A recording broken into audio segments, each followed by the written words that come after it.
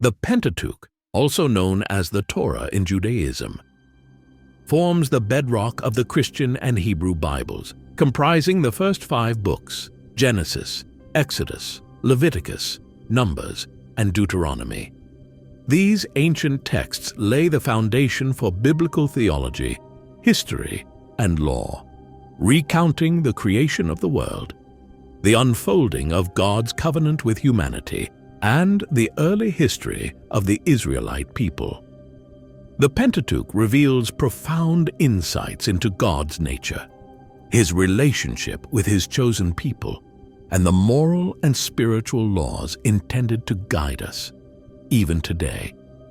In this video, we will delve into the key themes and timeless messages of each book, uncovering their historical backdrop and reflecting on how these sacred words continue to shape spiritual understanding.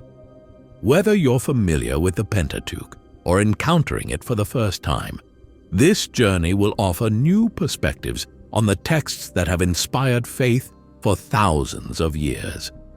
If you're passionate about exploring the deeper meanings behind biblical teachings and want to stay connected with content that enriches your spiritual journey, subscribe to our channel.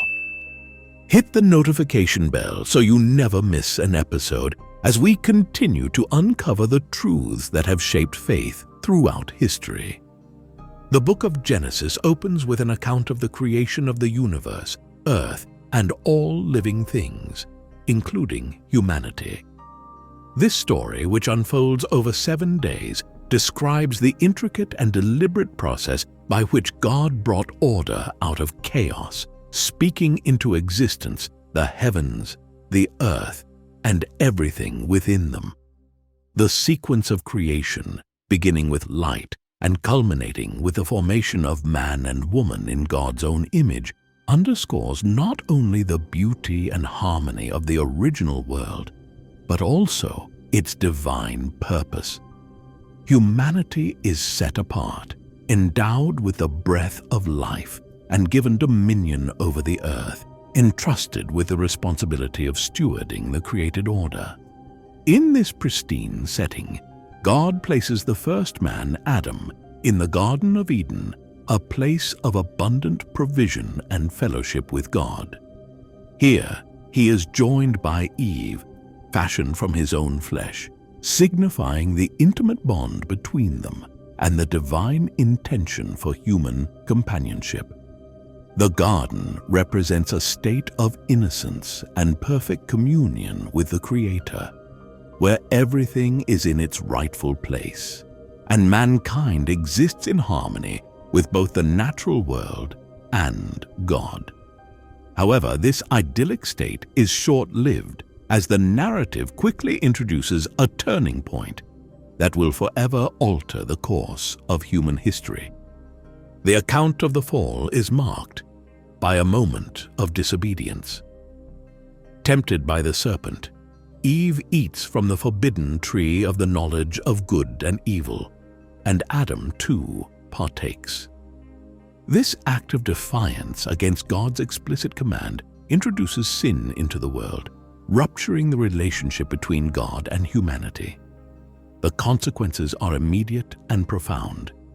Shame, fear, and alienation replace the previous state of innocence, and Adam and Eve are expelled from Eden, barred from accessing the tree of life. The effects of this fall extend beyond their personal experiences.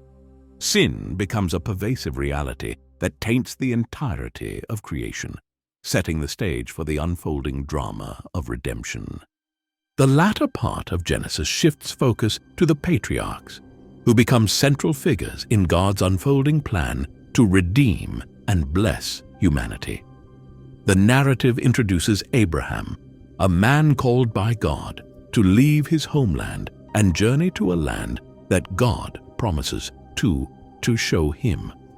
Abraham's story is one of faith tested by trials, as he navigates the challenges of life as a nomad while trusting in God's promise to make him the father of a great nation. His faith is dramatically tested when God commands him to sacrifice his son Isaac, the child of promise. The tension in this episode is palpable as Abraham prepares to carry out the command, only for God to intervene at the last moment, providing a ram as a substitute sacrifice. This episode not only exemplifies Abraham's obedience, but also foreshadows the theme of substitutionary atonement, which will echo throughout the scriptures. Isaac, though less prominently featured, continues the lineage of promise, and his story is marked by episodes of both faith and struggle. The narrative then shifts to Jacob, Isaac's son, whose life is characterized by a complex relationship with God, marked by moments of struggle and transformation. Jacob's name, which means supplanter, reflects his early life marked by deception, yet his encounter with God at Peniel, where he wrestles with a divine being, results in a profound change, both in his character and in his name, which is changed to Israel, meaning one who strives with God. This transformation signifies not only a personal spiritual renewal, but also the formation of a nation that will carry the covenantal promises forward. The final figure in Genesis, Joseph, emerges as a model of God's providential care. His life, which begins with betrayal by his brothers and subsequent enslavement in Egypt, unfolds as a story of resilience and divine guidance. Despite the injustices he faces, Joseph rises to a position of great authority, interpreting dreams that foretell years of famine and guiding Egypt to prepare for the coming crisis. His eventual reconciliation with his brothers, who come to Egypt seeking food, demonstrates the power of forgiveness and the overarching theme that what was intended for evil, God can use for good. Through these narratives, Genesis not only establishes the foundational elements of God's relationship with humanity, but also introduces key themes of covenant, faith, and divine sovereignty that will resonate throughout the biblical story. The book of Exodus begins by recounting the plight of the Israelites in Egypt, who have grown from a small family into a nation. Their rapid increase in population stirs fear in the heart of the new Pharaoh, who does not remember Joseph's contributions to Egypt. To suppress the perceived threat of the Israelites, Pharaoh imposes harsh slavery upon them, subjecting them to forced labor and decreeing the death of all newborn Hebrew boys. This situation sets the stage for one of the most dramatic accounts of God's deliverance in the Bible. God's response to the cries of his oppressed people is to call Moses, a Hebrew raised in Pharaoh's court but now living in exile as a shepherd. At the burning bush, God commissions Moses to return to Egypt and lead the Israelites out of bondage. Moses, reluctant at first, becomes God's instrument for delivering a series of plagues upon Egypt, each of which demonstrates God's power over the Egyptian deities. The final and most devastating plague, the death of the firstborn, prompts Pharaoh to release the Israelites. The institution of the Passover, with the blood of a lamb marking the doorposts of the Israelites' homes, not only provides protection during the final plague, but also prefigures the future sacrificial system that will be central to Israel's worship.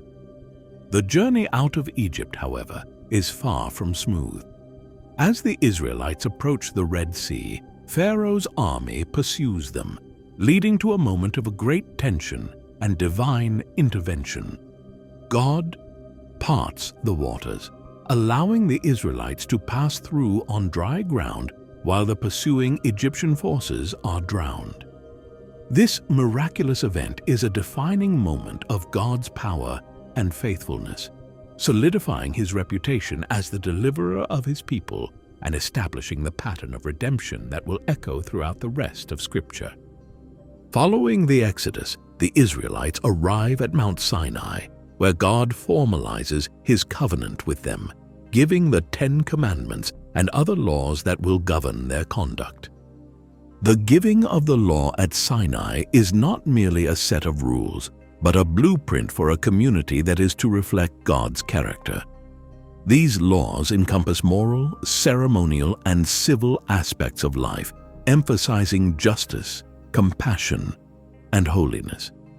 The covenant established at Sinai transforms the Israelites from a group of freed slaves into a distinct nation chosen by God for a special purpose. The instructions for constructing the tabernacle follow, emphasizing the importance of worship and God's desire to dwell among His people. The tabernacle is designed as a portable sanctuary where the Israelites can encounter God, and its detailed specifications signify the sacredness of approaching the divine.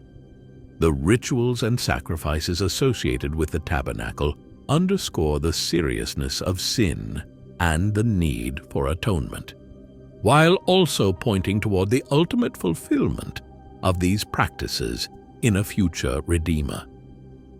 Together, these accounts in Exodus portray God not only as a deliverer, but also as a covenant maker and a lawgiver, actively shaping a people who are to be set apart for His purposes.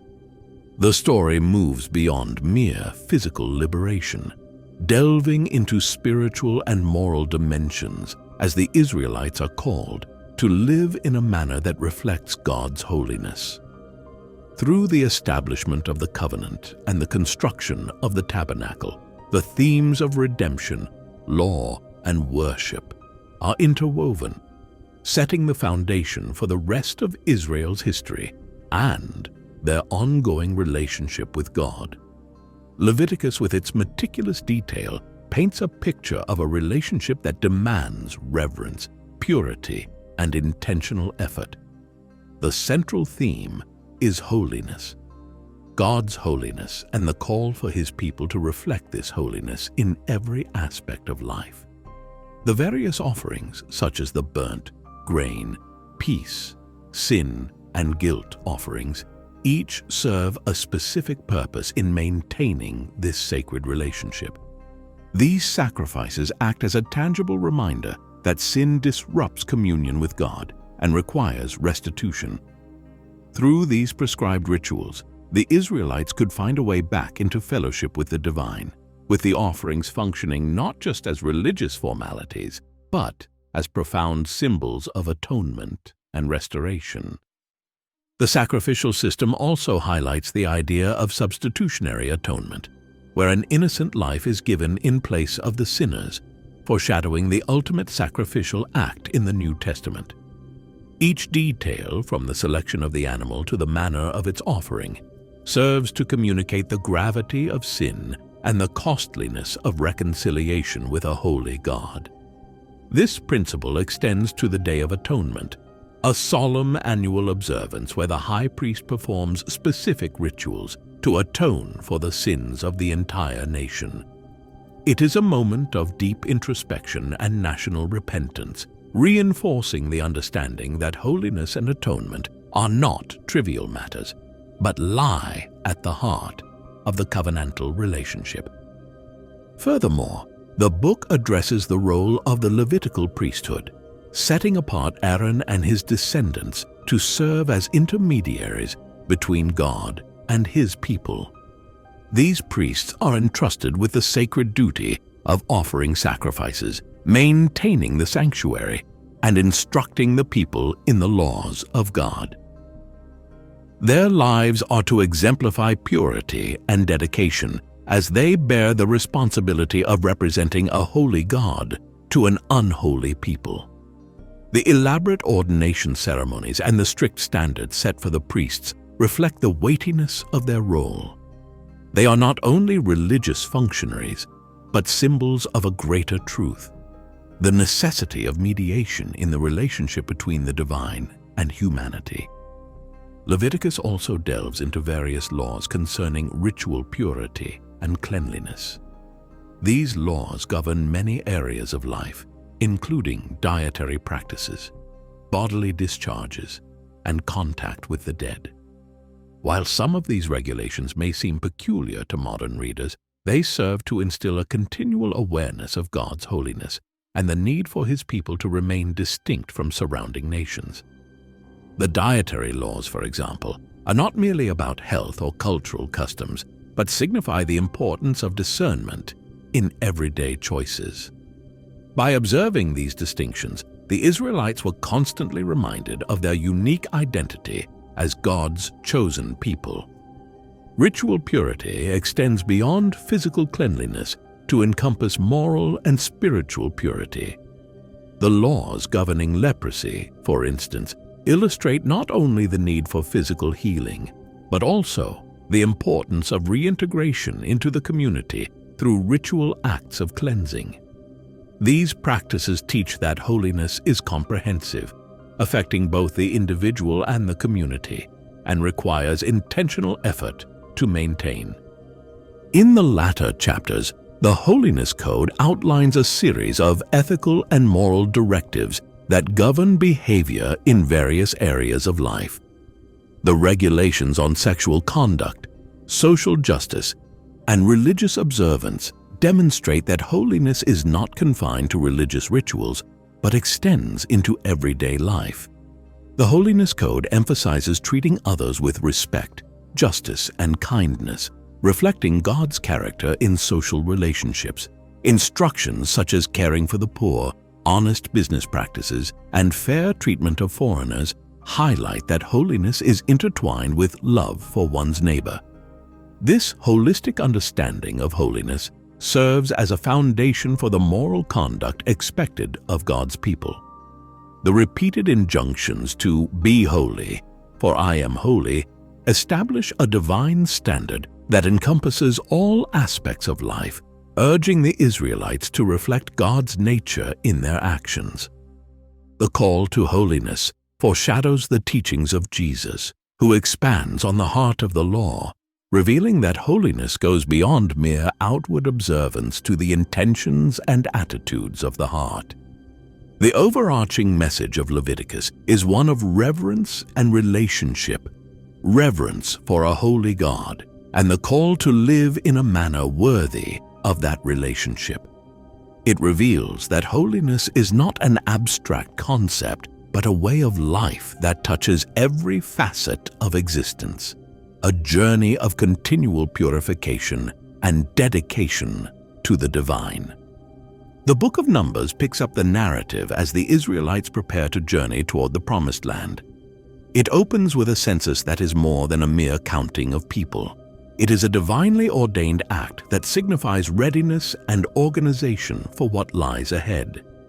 The census reflects a structured approach to fulfilling God's promise, with each tribe and family having a designated place and role. This orderly arrangement contrasts sharply with the chaos and unpredictability of the wilderness journey that follows, where human frailty and divine guidance intersect in dramatic fashion. As the Israelites travel, they encounter various trials and tests, revealing both the faithfulness of God and the rebellious nature of the people. Episodes of disobedience punctuate the narrative, such as the murmuring about food and the refusal to enter Canaan due to fear of its inhabitants. Each act of rebellion carries consequences, serving as a lesson that disobedience results in prolonged suffering and delayed fulfillment of God's promises. The repeated cycle of grumbling, divine discipline, and subsequent repentance illustrates the struggle between human nature and divine expectation. Despite these setbacks, the journey through the wilderness is also marked by extraordinary demonstrations of God's faithfulness. His provision of manna, quail, and water from the rock highlights His commitment to sustaining His people, even in their unfaithfulness. The cloud by day and fire by night serve as tangible symbols of His presence and guidance, offering reassurance that, despite their waywardness, God has not abandoned them.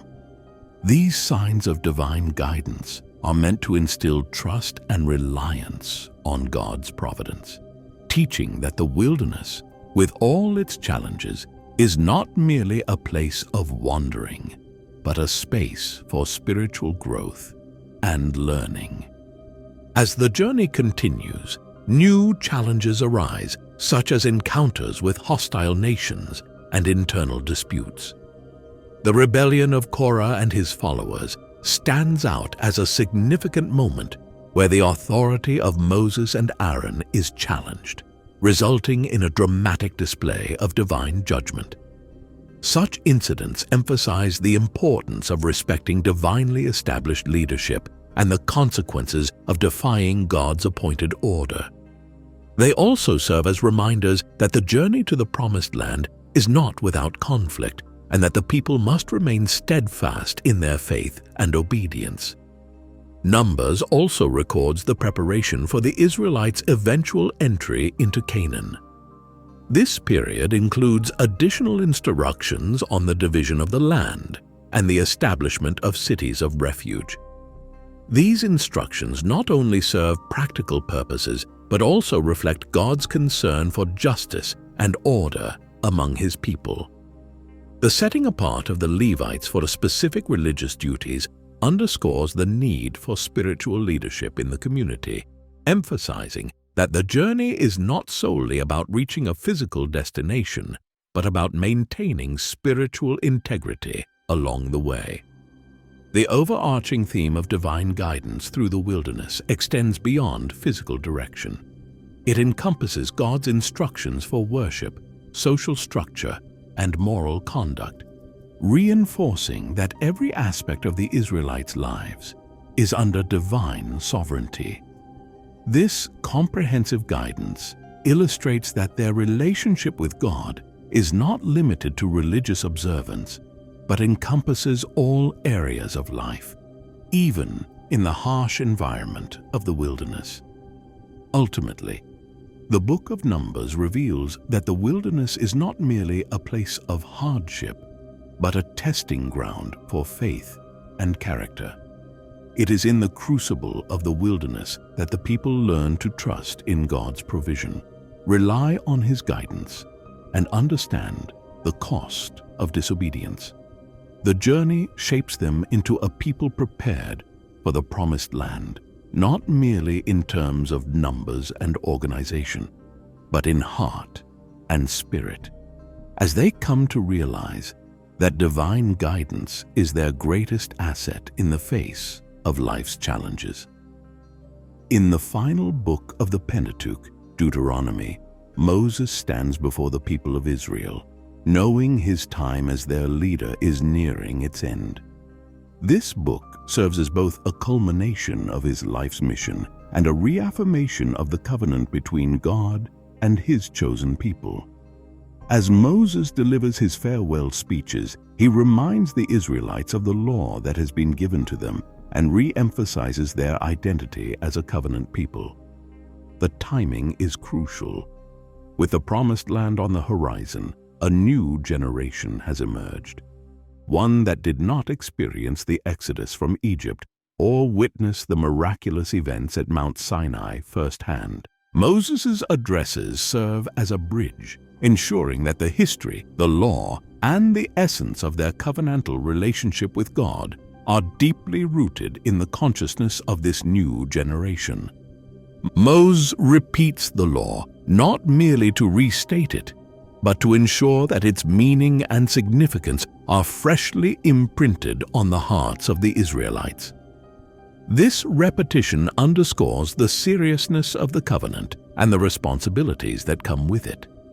The law is presented as a living expression of God's will, meant to guide the Israelites in every aspect of their communal and individual lives.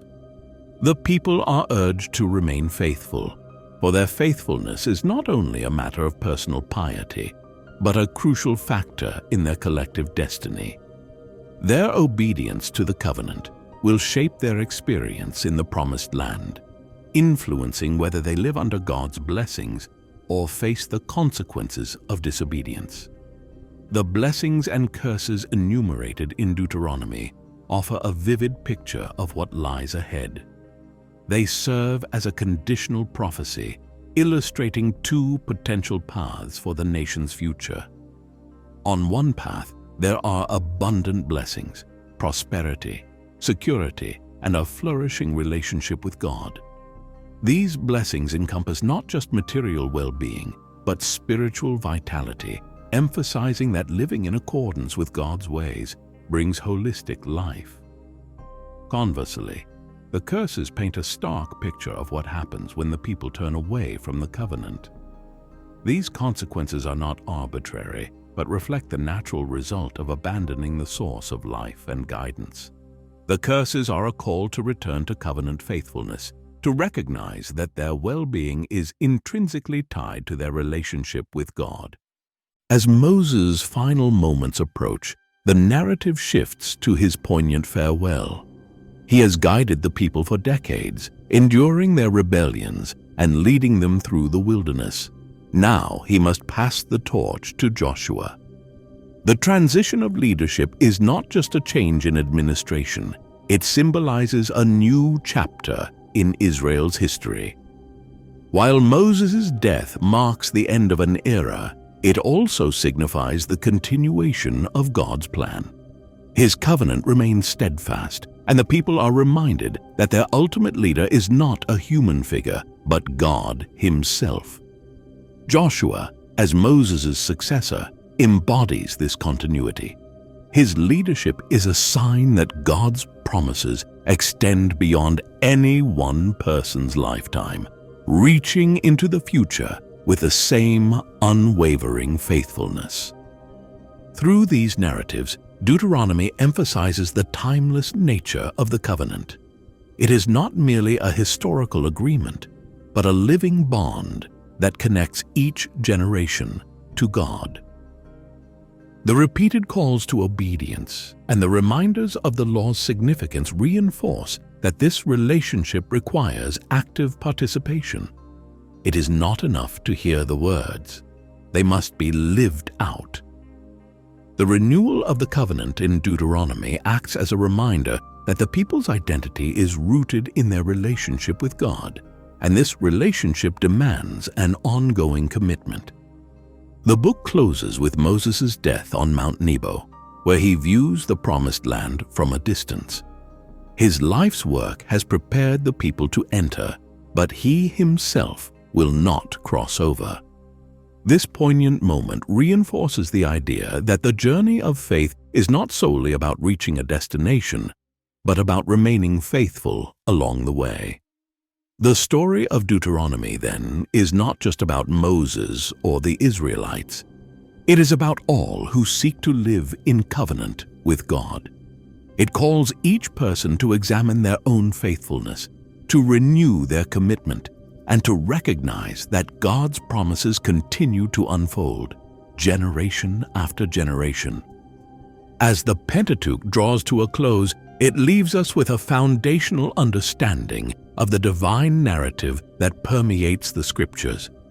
These 5 books, often referred to as the Torah, offer a profound glimpse into God's interaction with humanity, His covenant with Israel, and the overarching plan for redemption that unfolds throughout the Bible.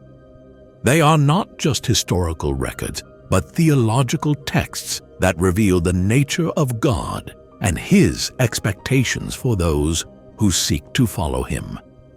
The teachings found within these books are essential to understanding the rest of the Bible, for they lay the groundwork for themes that recur throughout the Scriptures: the holiness of God, the necessity of obedience, the reality of sin and its consequences, and the hope of redemption. The law given at Sinai, with its intricate details and moral instructions, serves as a guide to holy living, offering a way for God's people to align their lives with His character. Yet, these laws are not meant to be burdensome. Rather, they are expressions of a life lived in relationship with the Creator, a life that reflects His justice, mercy, and love. The covenant established in the Pentateuch is not static. It is dynamic, extending an invitation to each generation to renew their relationship with God. It is a living testament to God's unending faithfulness, even in the face of human unfaithfulness. Through the stories of the patriarchs, the Exodus, the wilderness wanderings, and the renewal of the covenant, we see a God who is deeply committed to His people. His covenant promises are not nullified by Israel's failures. Instead, they are reaffirmed and extended, pointing towards a future fulfillment that transcends the limitations of the law. The call to embrace the teachings of the Pentateuch is as relevant today as it was for the ancient Israelites. It challenges us to reflect on our own spiritual journeys, to examine the ways in which we live out our faith, and to consider how the ancient wisdom of these texts can transform our lives. The narratives and laws found within these books continue to resonate, offering guidance for living in a complex world. They invite us to participate in the ongoing story of God's redemptive work, to see ourselves as part of a larger community that stretches across time and place. As we conclude this exploration of the Pentateuch, let it be a starting point for a deeper engagement with the Scriptures. These ancient texts, far from being outdated or irrelevant, carry the timeless truths that continue to shape our understanding of God and our place in His plan. They invite us to journey deeper, to seek out the wisdom contained within the Bible, and to allow its teachings to inspire and challenge us in our walk of faith. For those who have been moved by this journey through the Pentateuch, the invitation is open to continue exploring the Scriptures. Delve into the historical context, study the intricacies of the law, and seek to understand how these foundational texts influence the teachings of the New Testament and the life of Jesus. By immersing ourselves in the biblical narrative, we allow its transformative power to touch our lives, leading us into a deeper relationship with the divine. The story of the Pentateuch does not end with Deuteronomy. It flows into the rest of the Bible, connecting with the prophets, the wisdom literature, and ultimately the teachings of Christ. The journey through these 5 books is but the beginning, laying the groundwork for a lifelong pursuit of God's truth and the ongoing renewal of our own covenant with Him. If you're passionate about deepening your understanding of these sacred texts and uncovering the mysteries of faith, be sure to subscribe to our channel. Join us on this spiritual journey as we continue to explore the timeless wisdom of the Bible together.